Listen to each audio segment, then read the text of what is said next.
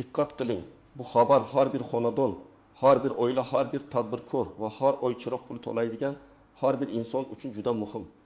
1 avgustdan elektr energiyasi tariflari oshishi haqida xabar berildi. Demak, endi chiroq uchun to'lov avvalgidan boshqacha hisoblanishi mumkin. Men bugun sizga bu masalani oddiy tilda aniq misollar bilan tushuntirib beraman. Kimga ko'proq ta'sir qiladi, kim kamroq sezadi? Qaysi holatlarda hisob-kitob noto'g'ri chiqishi mumkin? Va siz hozirdan nima qilishingiz kerak? Videoni oxirigacha ko'ring, chunki bitta kichkina e'tiborsizlik oy oxirida ortiqcha to'lovga sabab bo'lishi mumkin. Kanalga hoziroq obuna bo'ling, videoga like bosing, chunki bunday muhim xabarlarni vaqtida bilish pulingizni asrab qoladi. Men birinchi navbatda oddiy savolga javob beraman. Avval qanday edi va endi nima o'zgaryapti? Oldin ko'pchilik xonadonlar elektr energiyasini deyarli bir xil tartibda ishlatardi. Hisoblagich oy davomida qancha kilovat soat sarflanganini ko'rsatadi, keyin shu sarf amaldagi tarifga ko'paytiriladi va to'lov chiqadi. Odamlar ko'pincha men o'tgan oy 1000 so'm to'ladim, bu oy ham shunga yaqin bo'ladi deb o'ylaydi. Lekin tarif oshsa, sizning iste'molingiz o'zgarmagan taqdirda ham to'lov ko'payadi. Siz oyga 2000 kilovat soat elektr ishlatsangiz, tarifdagi har qanday o'sish darhol umumiy summaga ta'sir qiladi. Bu yerda eng muhim narsa shuki, odamlar faqat lampochka yonishini chiroq deb o'ylaydi. Aslida elektr sarfining katta qismi konditsioner, muzlatkich, elektr plita, suv isitgich, kir yuvish mashinasi, dazmol, televizor, kompyuter, zaryadlovchilar, nasos va issiq kunlarda doimiy ishlaydigan ventilyatorlarga ketadi. Tarif oshganda aynan shu odatiy jihozlar oilaviy byudjetga sezilarli bosim qiladi. Yana bir muhim jihat bor. Tarif oshishi faqat xonadonlarga emas, kichik biznesga ham ta'sir qiladi. Do'kon, sartaroshxona, novvoyxona, muzqaymoq sotadigan shoxobcha, payvandlash ustaxonasi, tikuv sexi, kafe yoki choyxona elektrni ko'p ishlatadi. Ularning chiroq puli oshsa, ko'pincha xarajat mahsulot yoki xizmat narxiga qo'shiladi. Demak, elektr tarifi oshishi faqat kommunal kvitansiyada emas, kundalik bozordagi narxlarda ham sezilishi mumkin. Men avvalo sizga eng muhim qoidani aytaman. Tarif oshishi haqida eshitsangiz, darhol 3 ta narsani tekshirishingiz kerak. Birinchisi, yangi tarif qachondan kuchga kiradi? Ikkinchisi, u qaysi toifadagi iste'molchiga tegishli? Aholi uchunmi, tadbirkorlar uchunmi, yuridik shaxslar uchunmi yoki ijtimoiy obyektlar uchunmi? Uchinchisi, hisob-kitob eski va yangi davrga qanday ajratiladi? Chunki 1 avgustdan tarif oshsa, iyul oyida ishlatilgan elektr eski narxda, avgustda ishlatilgan esa yangi narxda hisoblanishi kerak. Agar hisoblagich ko'rsatkichlari vaqtida olinmasa, keyin chalkashlik paydo bo'lishi mumkin. Keling hayotiy misol bilan tushuntiraman. Faraz qilaylik, bir oilada ota-ona 2 farzand bor. Uyda muzlatkich doim ishlaydi. Kechqurun televizor yoqiladi. Yozda konditsioner kuniga 5-6 soat ishlaydi. Kir yuvish mashinasi haftasiga 3 marta ishlatiladi. Bunday xonadon oyiga 2000-3000 kilovat soat elektr sarflashi mumkin. Agar tarif oshsa, oila iste'molini kamaytirmasa, oy oxirida oldingidan ko'proq to'lov keladi. Ayniqsa avgust oyida havo issiq bo'lsa, konditsioner sababli sarf yanada ko'tariladi. Ikkinchi misol, qishloqdagi xonadon. U yerda suv nasosi bo'lishi mumkin, tomorqa sug'oriladi. Ba'zi joylarda elektr pech yoki suv isitgi ishlatiladi. Nasos qisqa vaqt ishlagandek ko'rinsa ham, quvvat katta bo'lsa elektrni tez yutadi. Agar odam hisoblagichga qaramasa, oy oxirida nega buncha ko'p chiqdi deb hayron qoladi. Tarif oshgan davrda bunday xonadonlar sarfni alohida nazorat qilish kerak. Uchinchi misol, kichik do'kon. Do'konda 2-3 ta muzlatkich, chiroqlar, kassa apparati, konditsioner, ba'zan vitrina sovutgichlari bor. Muzlatgichlar kun bo'yi ishlaydi. Elektr narxi oshsa, tadbirkor har oy ko'proq kommunal xarajat qiladi. Agar u kuniga o'rtacha 20 kilovat soat ishlatsa, oyiga 600 kilovat soat bo'ladi. Tarifdagi o'sish bunday joyda juda tez seziladi. Shuning uchun kichik biznes egalari elektr jihozlarining holatini, muzlatkich eshiklarining zik yopilishini, konditsioner filtrlari tozaligini va ortiqcha yoritishlarni tekshirish kerak. Kim ko'proq xavotir olishi kerak? Men buni aniq aytaman. Elektrni ko'p ishlatadigan xonadonlar, konditsioneri doim ishlaydigan uylar, elektr plita ishlatadigan oilalar, suv isitish bilan yashaydiganlar, nasosdan foydalanadiganlar, uyda kichik ishlab chiqarish qiladiganlar, masalan tikuv mashinalari, payvandlash apparati, sovutgichli savdo jihozlari borlar tarif oshishini jiddiy hisobga olish kerak. Chunki ularning sarfi oddiy lampochkadan emas. kuchli qurilmalardan yig'iladi. Kim kamroq xavotir olsa bo'ladi.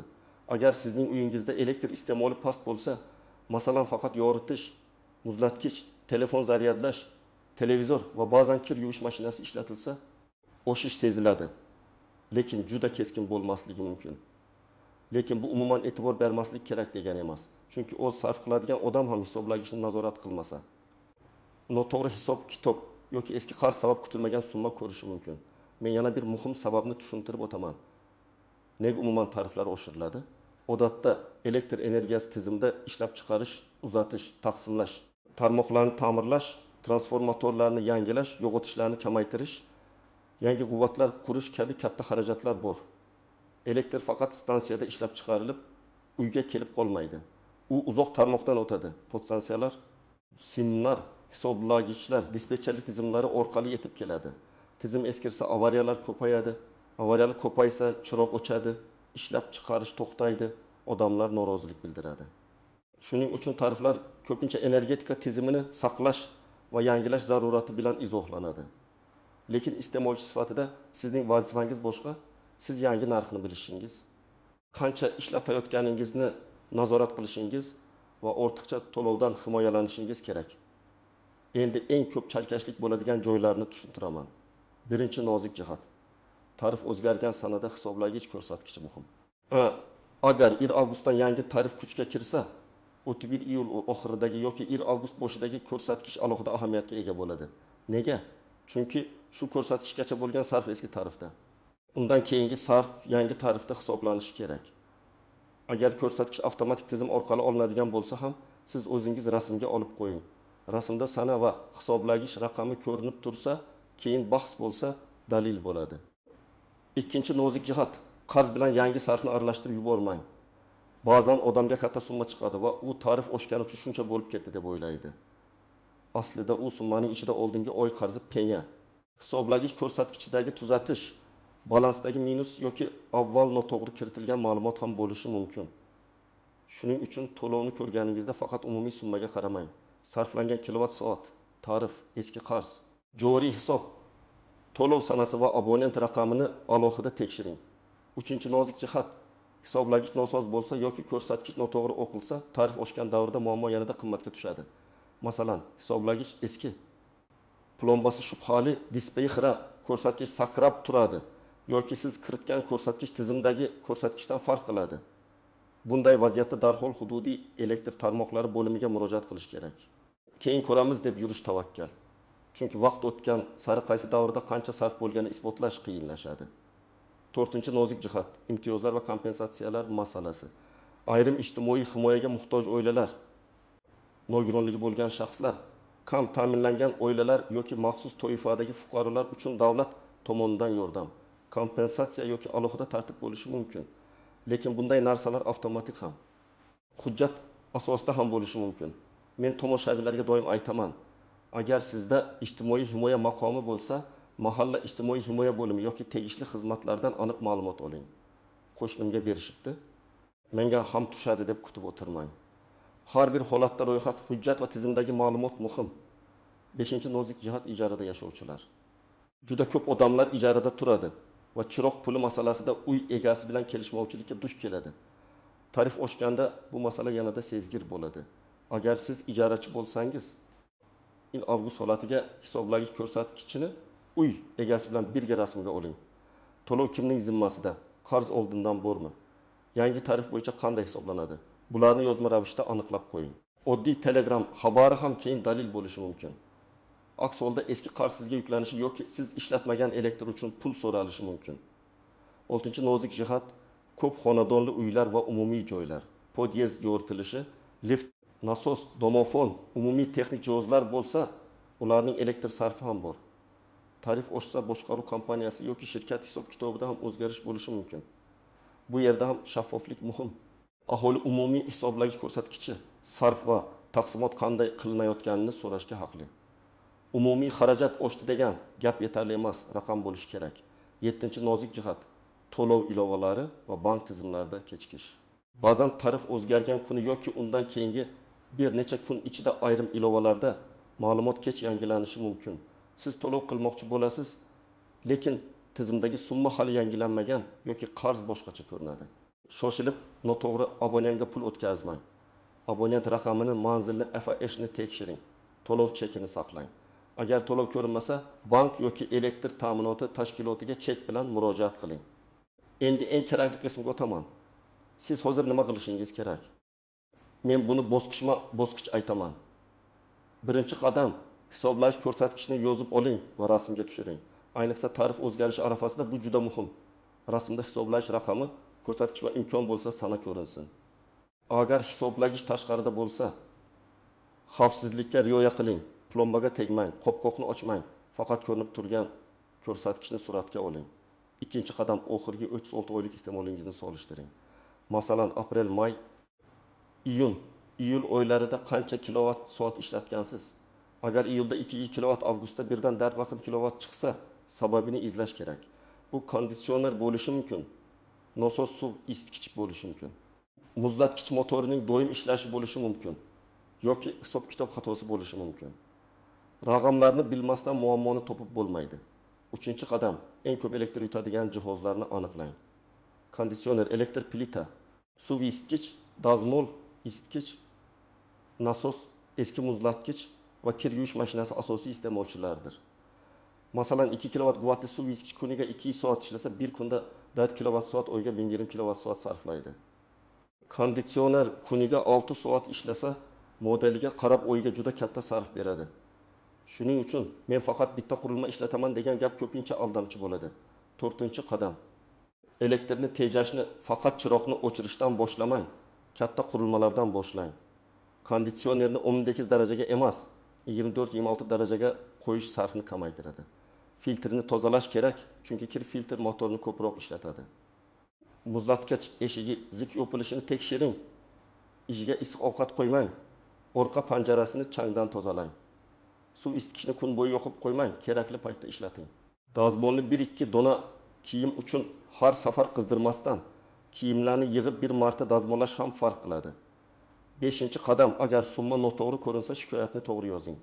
Murojaatda hissiyot emas, raqam bo'lishi kerak.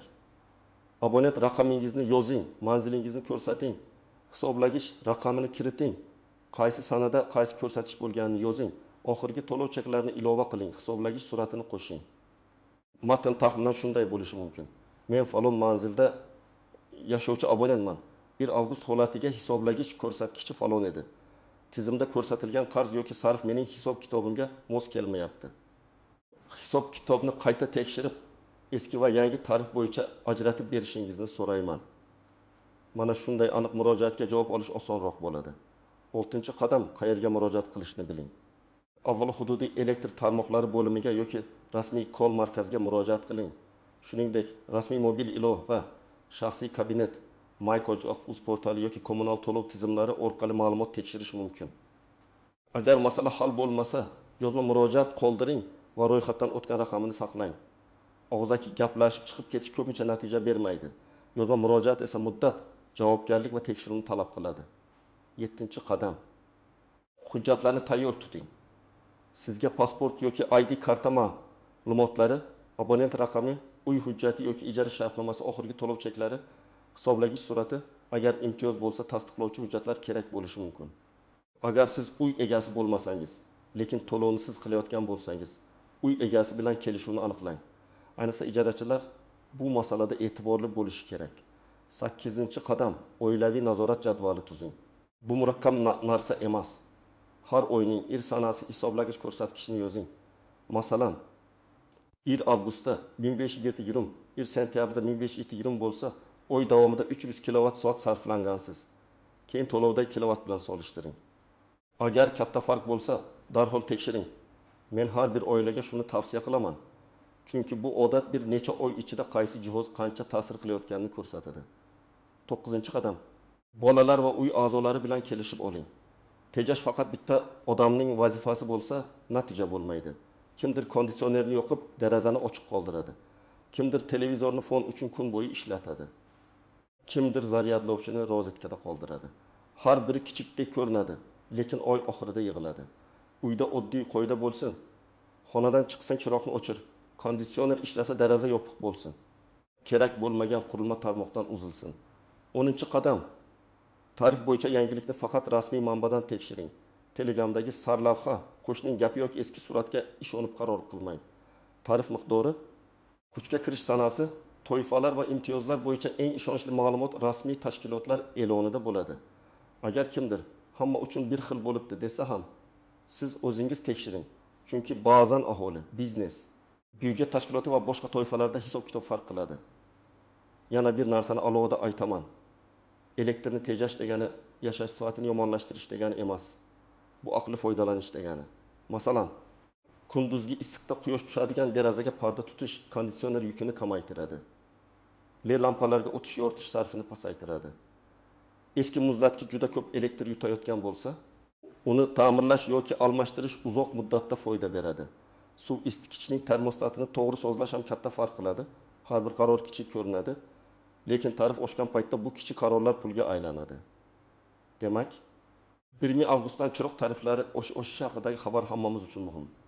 Eng asosiy vazifa yangi tarif qachondan amal qilishini bilish, hisoblagich ko'rsatkichini saqlash, eski va yangi sarfni ajratish. To'lovdagi qarz va joriy hisobni aralashtirmaslik, xato bo'lsa hujjat bilan murojaat qilish. Men sizga tavsiya qilaman. Bugunoq hisoblagichingizni rasmga oling, oxirgi oylar sarfini tekshiring.